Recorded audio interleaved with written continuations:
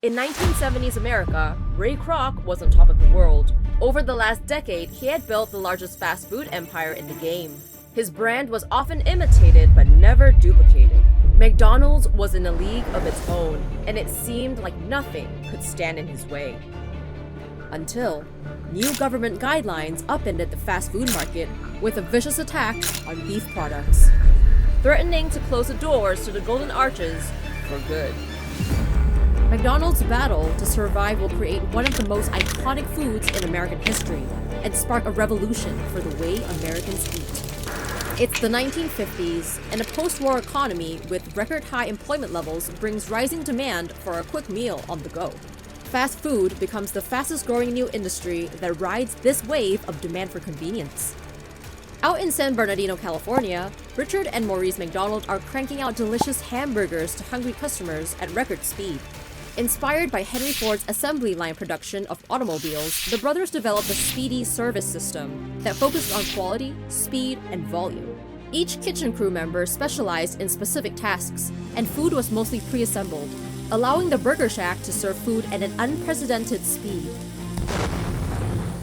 One day in 1954, an American milkshake mixer salesman visited the McDonald's restaurant in an attempt to sell them more multi-mixers. Impressed with the efficiency of the restaurant's operations, he convinced the brothers to allow him to franchise the concept. Driven by the desire to create the ultimate fast food experience, he transformed the game by leveraging the speedy system and by standardizing the menu across all locations to bring cheap, fast, delicious food to the masses. His name? Ray Kroc. But it wasn't an overnight success for the Illinois native. It's far from it. As the legend himself once said, "I was an overnight success, all right, but 30 years is a long, long night." After buying out the original McDonald's brothers for just $2.7 million in 1961, Kroc did a massive overhaul on the business through innovative changes that paved the way for the food service franchise model as we know it today. While the name of the burger chain may have been McDonald's, the face of the restaurant quickly became Kroc's.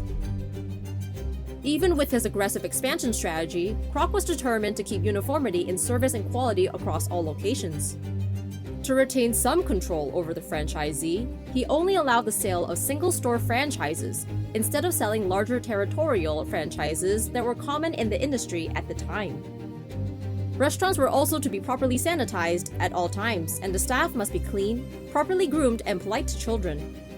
Kroc understood that to operate all locations without compromising food quality, his restaurants had to be based on a small menu that could be served with uniform preparation methods and with the same ingredients. That way, his burgers, fries, and drinks tasted the same in Alaska as they did in California. Franchisees also had to follow Kroc's strict rules for how the food was prepared, portion sizes, cooking methods and times, and presentation to customers.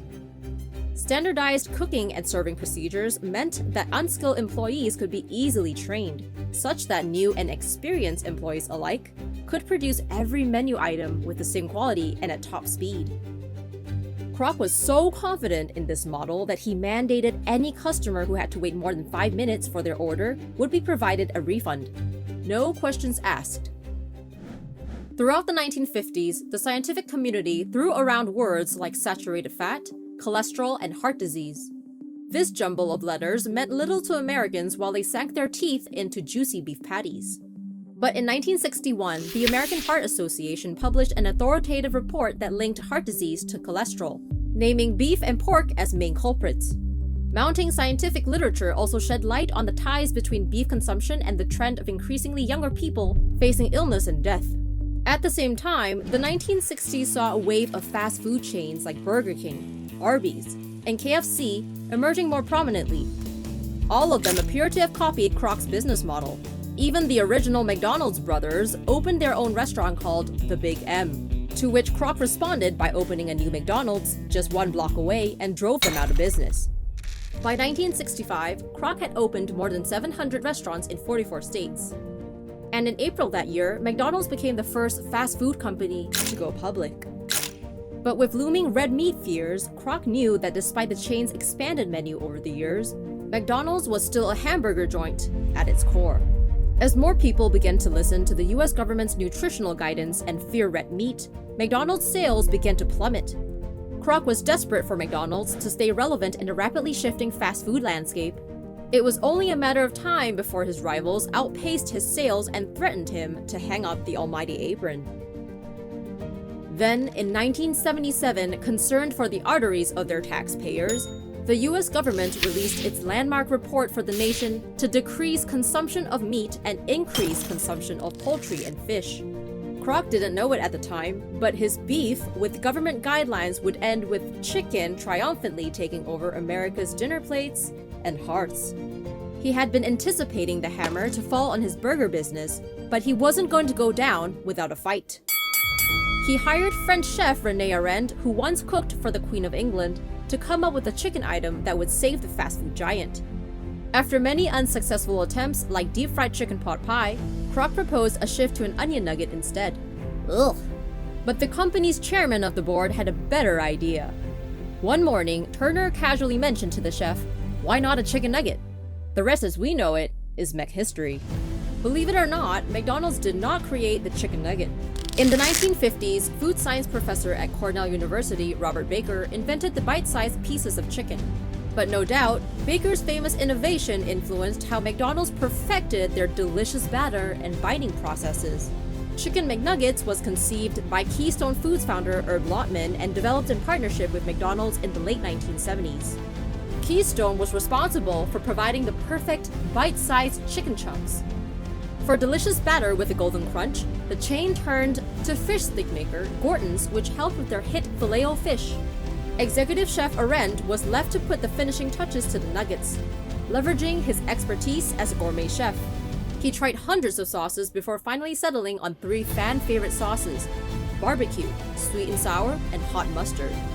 After long nights determining proper cooking, flash freezing, and frying times, in 1979, Chef Arend finally perfected the McNugget recipe. Just 5 months after Turner's hallway conversation with Chef Arend, a prototype nugget hit Tennessee stores for a blind test and smashed all previous sales records. But McDonald's ran into another problem. There simply wasn't enough processed chicken to go around. A whole new supply system had to be put in place to bring processed white meat to the masses. The company enlisted industry leader Tyson Foods to ensure a steady supply. A new multi-million-dollar factory was even built just for these nuggets. Tyson soon developed a custom breed of chicken dubbed Mr. McDonald that had larger breasts. In 1983, Chicken McNuggets finally made its official debut nationwide, presented in its 4 iconic shapes: bell, bow tie, ball, and boot. They were an instant hit with the masses because they were affordable, convenient, and delicious. Children all over America demanded them for dinner. Sluggish sales turned around almost overnight. Every customer wanted a taste of heaven, and every fast food giant wanted a piece of profit.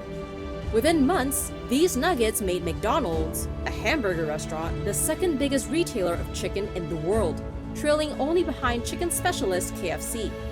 The impact of McNuggets was so large, it transformed the chicken processing industry. 40 years ago, most chicken was sold whole. Today, more than 90% of chicken sold in the US are cut into smaller pieces like nuggets or cutlets. And for Kroc, whose restaurants were teetering on the edge of disaster, the Chicken McNugget single-handedly saved the Golden Arches from its near collapse.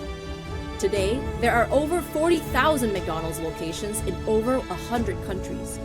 The Chicken McNugget has survived the test of time and remains as one of McDonald's most popular items. Every fast food chain has their own version of chicken nuggets.